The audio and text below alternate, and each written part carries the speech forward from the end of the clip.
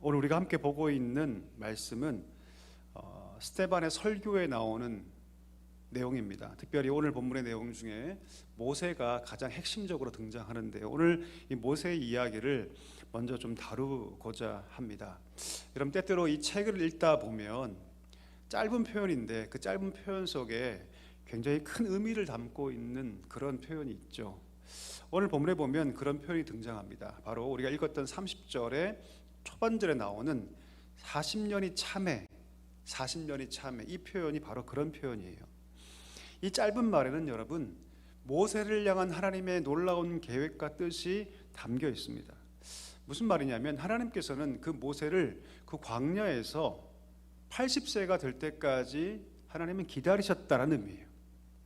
하나님께서는 여러분, 모세가 날마다 시내 사는 광야를 지나가면서 양떼를 치고 짐승을 치며 다니는 모든 그 삶, 40년의 삶, 목자로서 그렇게 40년을 늙어가는 그 삶, 한 늙은이로 이제 모든 삶이 다 끝나갈 때까지 하나님은 그 모세에게 기다리셨다, 그냥 두셨다, 이렇게 얘기를 하고 있는 것이죠. 그 젊을 때 꿈과 열정과 혈기들 펄펄 끓던 그 가슴이 이제 그 40년의 세파 속에서 다 사라질 때까지 하나님께서 어떻게 하셨다? 그냥 두셨다. 이제는 혈기왕성하던 몸도 다 사라지고 지팡이 하나 의지해서 살 수밖에 없을 정도로 노쇠할 때까지 하나님께서 그냥 두셨다. 심지어 그 동족 이스라엘이 애굽의 왕자였던 그 모세를 기억하지 못할 때까지, 그 존재 가치가 기억되지 않을 때까지 하나님께서 그냥 두셨다, 기다리셨다. 왕궁에서 배웠던 모든 그 애굽의 학문과 무예와 기술, 그 모든 것들이 아무런 쓸모가 없을 때까지 그냥 하나님은 모세의 인생이 녹슬도록 그냥 두셨다. 그 말을 지금 하고 있는 거예요. 모세의 마음이 여러분 어땠을까요? 모세는 아마 이렇게 생각했을 것 같아요. 내 인생이 이렇게 끝나겠구나. 내 인생이 그냥 이렇게 흘러가겠구나. 머지않아 내 힘이 다 빠지고 그렇게 내 인생이 공허하게, 그 옛날에 화려했던 영광은 다 지나가고 공허한 인생의 흐름 속에서 내 인생도 머지않아 그렇게 끝나겠구나라고 아마도 모세는 생각했을 것 같아요. 그거 할 수 있는 것이라고는 생계를 위해서, 먹고 살기 위해서 그 미디안 광야, 그 광야 속에서 그냥 양떼를 치는 정도의 삶으로 아마 그렇게 내 인생은 끝날 거라고 모세조차도 그렇게 생각했을 것이 분명합니다. 근데 바로 그때 그 40년이 참해, 하나님께서 그를 만나시는데 어떻게 만나시냐면 가시나무 떨기 불 속에서 하나님께서 모세에게 나타나신 것이죠.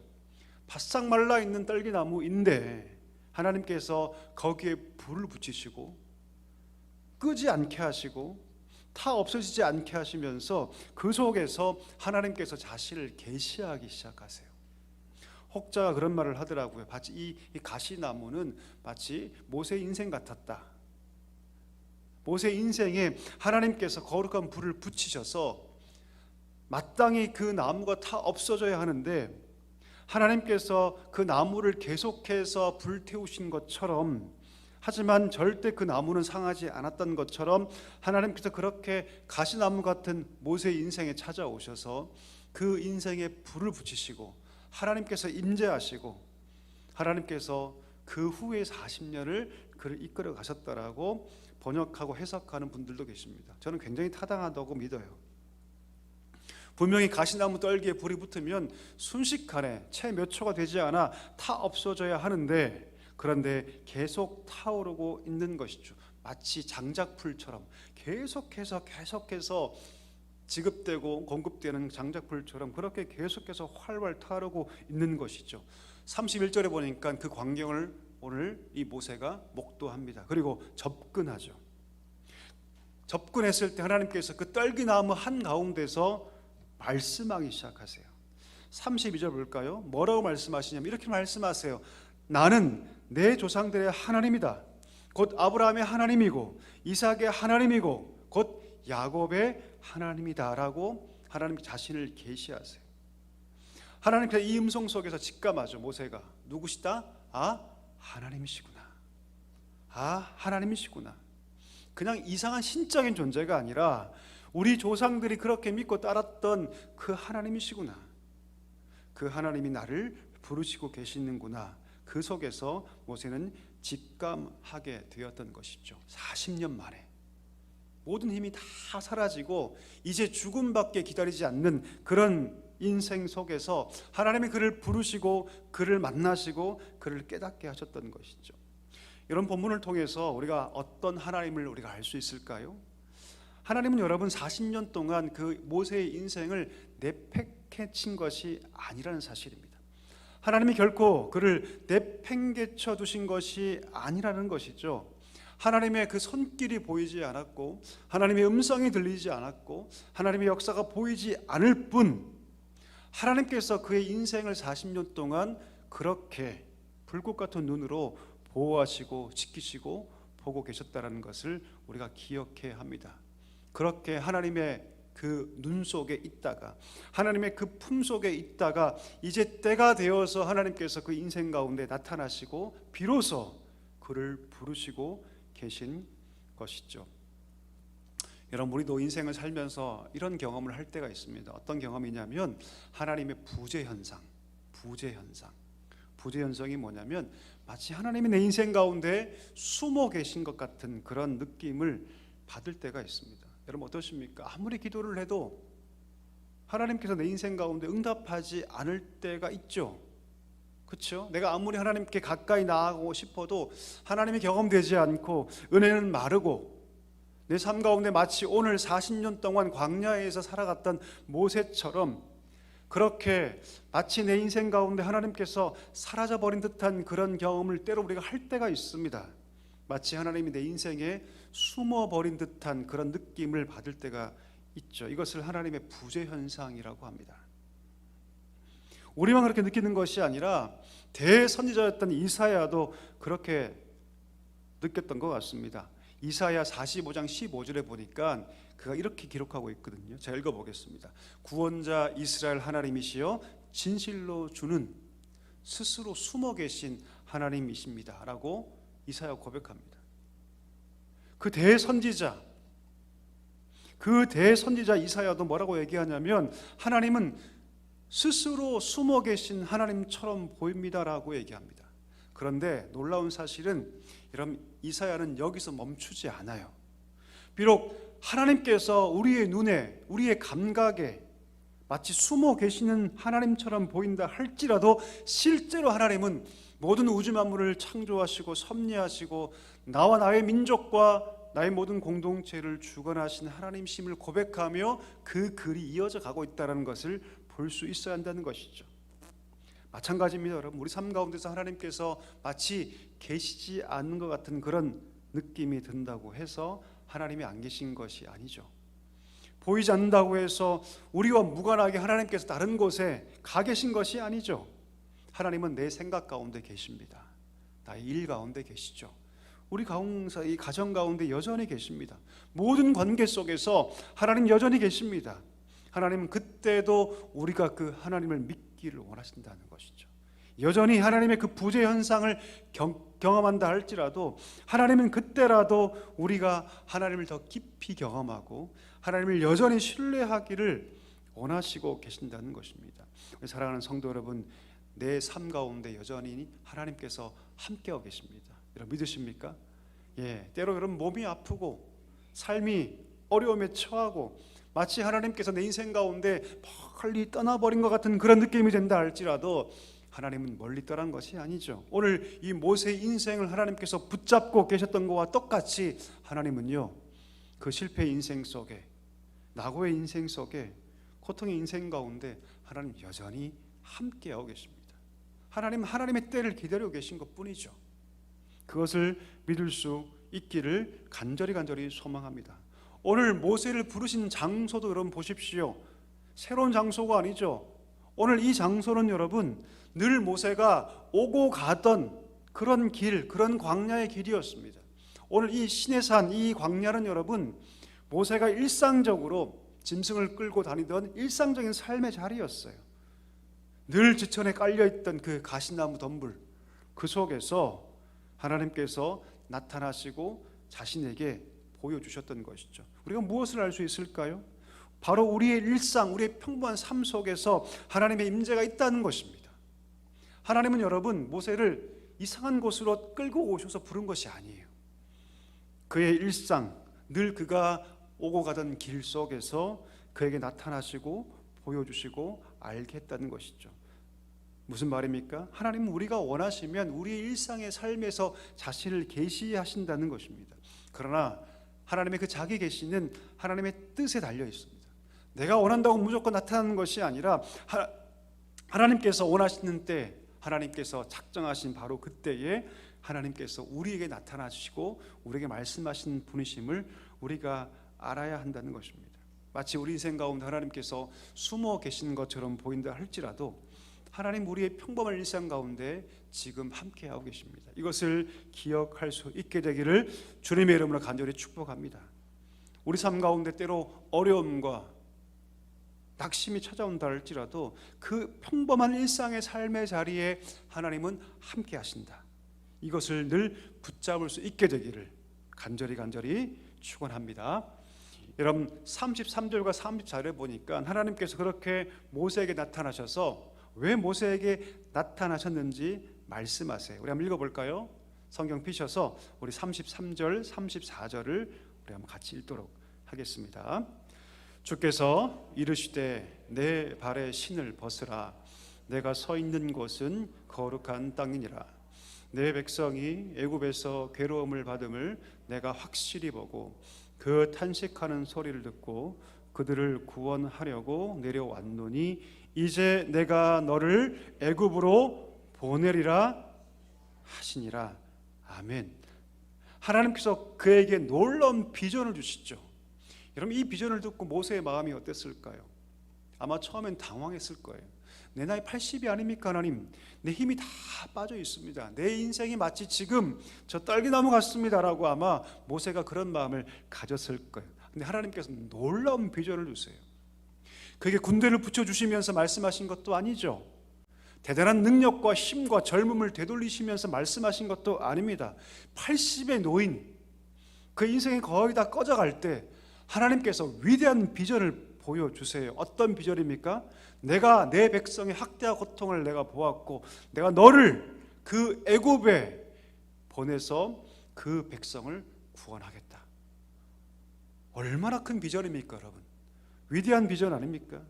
내가 너 한 사람을 통해서 이 위대한 과업을 펼쳐가겠다고 하나님께서 그 계획을 말씀해 주셨던 것이죠. 네가 신을 벗어라. 신은 여러분 그 당시에 그 사람의 어떤 권위와 어떤 자리 이런 것들을 상징했습니다. 신을 벗는다는 것은 무엇입니까? 내 모든 것들 하나님께 다 내어드린다는 의미뿐 아니라 내가 과거에 살았던 모든 내 삶의 여정과 자취, 그 삶을 통해서 내가 얻어왔던 과거의 모든 스펙 이런 것들을 내가 다 이제는 벗는다는 의미입니다. 새로운 신발을 신다는 의미이죠. 그 신발을 갈아 신고 이제 하나님께서 말씀하시는 위대한 비전, 그 비전을 따라 새롭게 그 길을 걸어간다는 뜻이 있다는 것이죠. 하나님은 모세를 통해서 위대한 계획을 보여주십니다. 여러분 처음에 모세는 아마도 당황했을 것 같아요. 그러나 나 같은 자를 통해서 위대한 하나님의 역사를 일으키겠다는 하나님의 비전을 보고 아마도 모세는 새로운 꿈, 새로운 심장의 박동을 아마 그는 느꼈을 거라고 저는 생각을 합니다. 여러분 비전이 없는 인생은요 죽은 인생입니다. 비전이란 무엇입니까?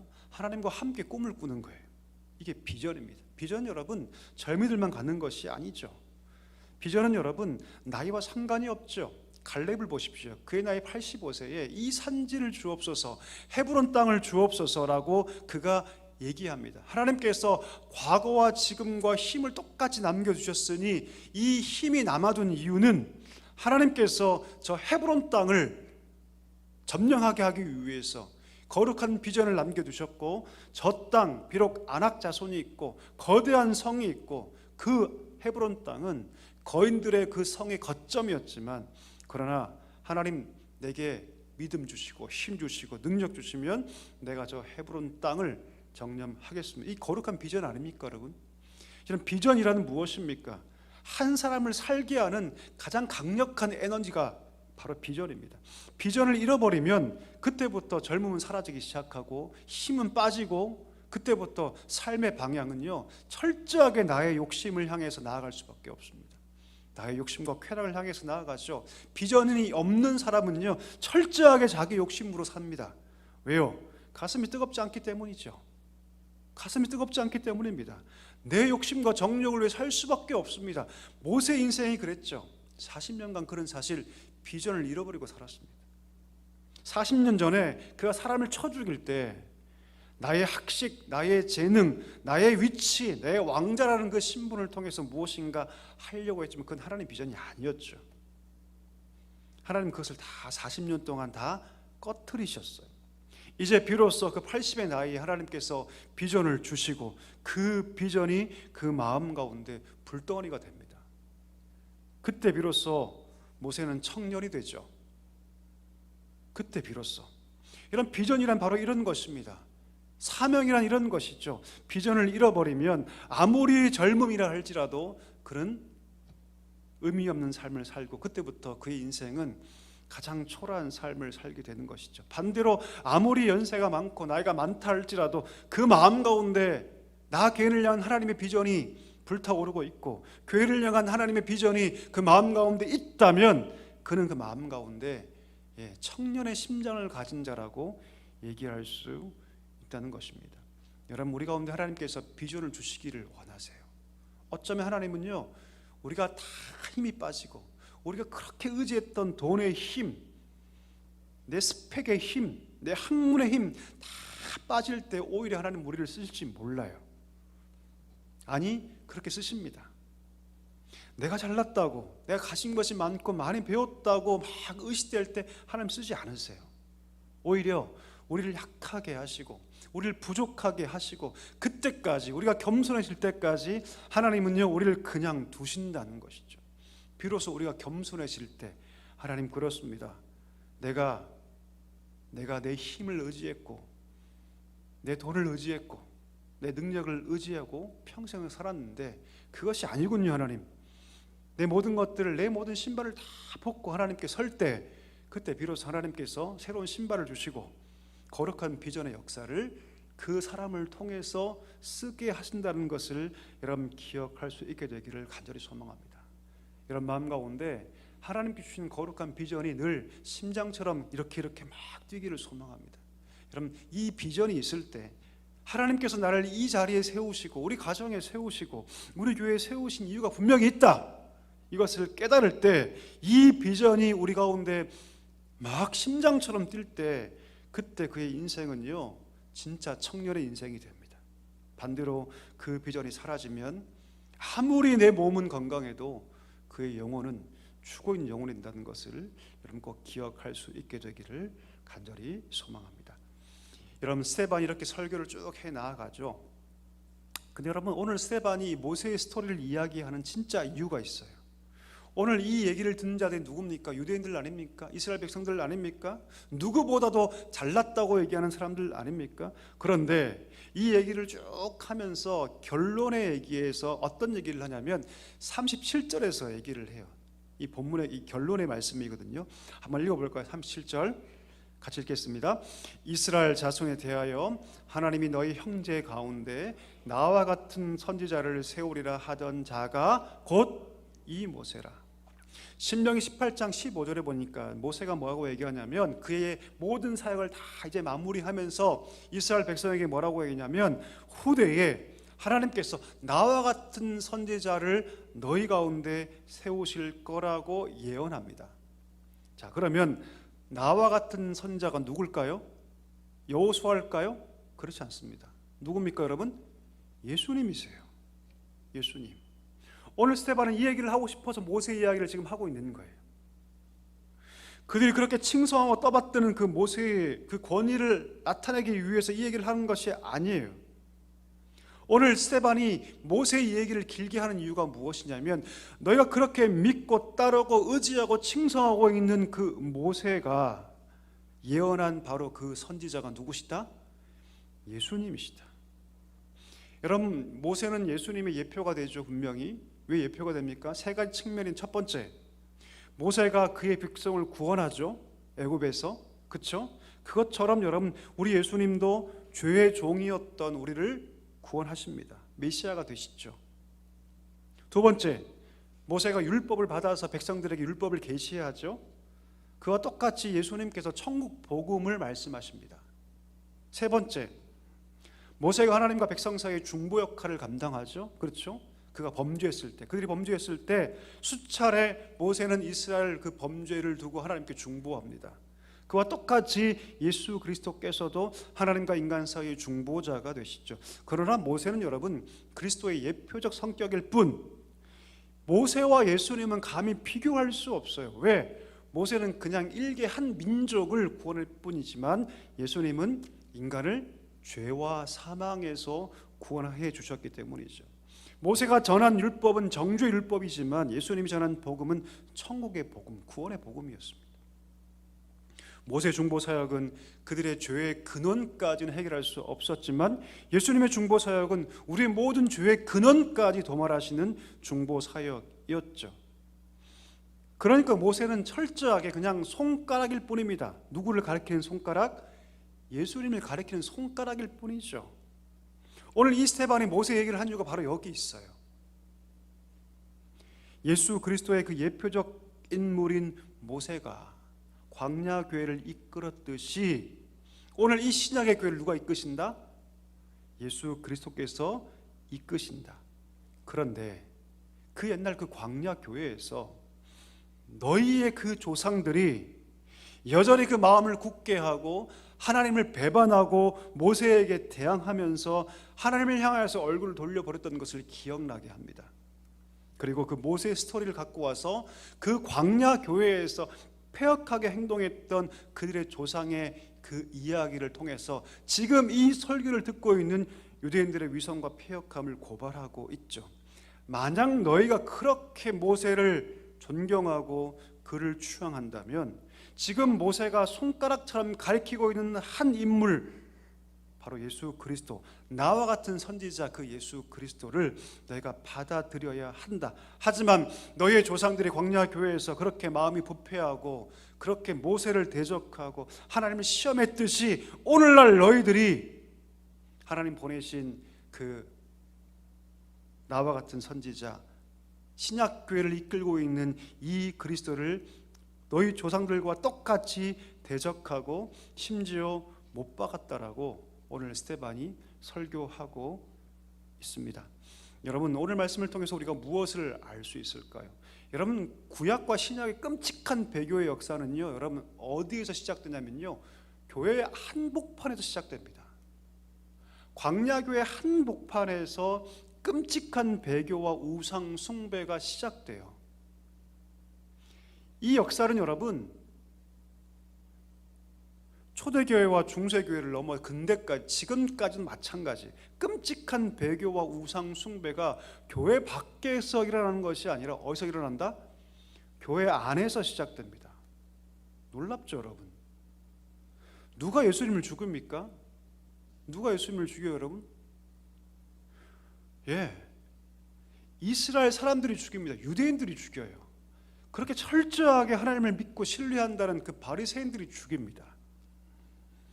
여러분, 구약의 모든 역사를 보면, 또 흘러왔던 모든 역사를 다 돌아보면 끔찍한 비극이 어디에서 시작되냐면 교회 공동체 안에서 시작돼요. 참 아이러니하지 않습니까?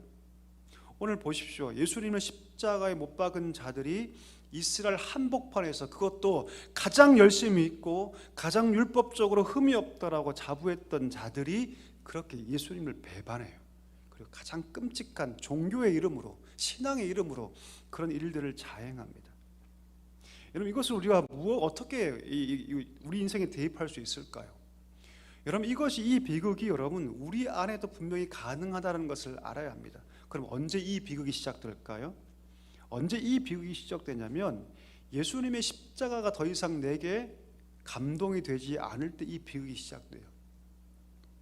출애굽 보십시오 여러분. 그들이 출애굽 직후에 감격해서 막 노래를 짓고 막 찬양을 부르죠.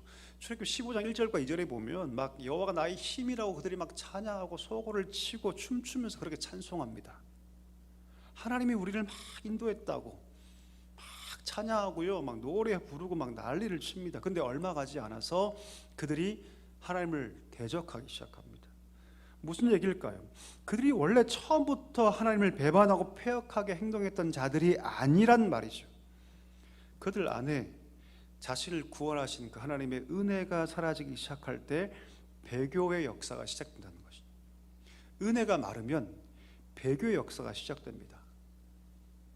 우리 안에 구원의 기쁨과 감사가 사라지면 그때부터 어긋난 길을 걸어가기 시작해요. 신앙이 어그러지기 시작합니다. 내 안에 구원의 기쁨과 감격이 사라질 때 영적으로 우리 가운데 심각한 균열이 발생합니다. 결국 무너지죠. 결국 깨어지게 되죠.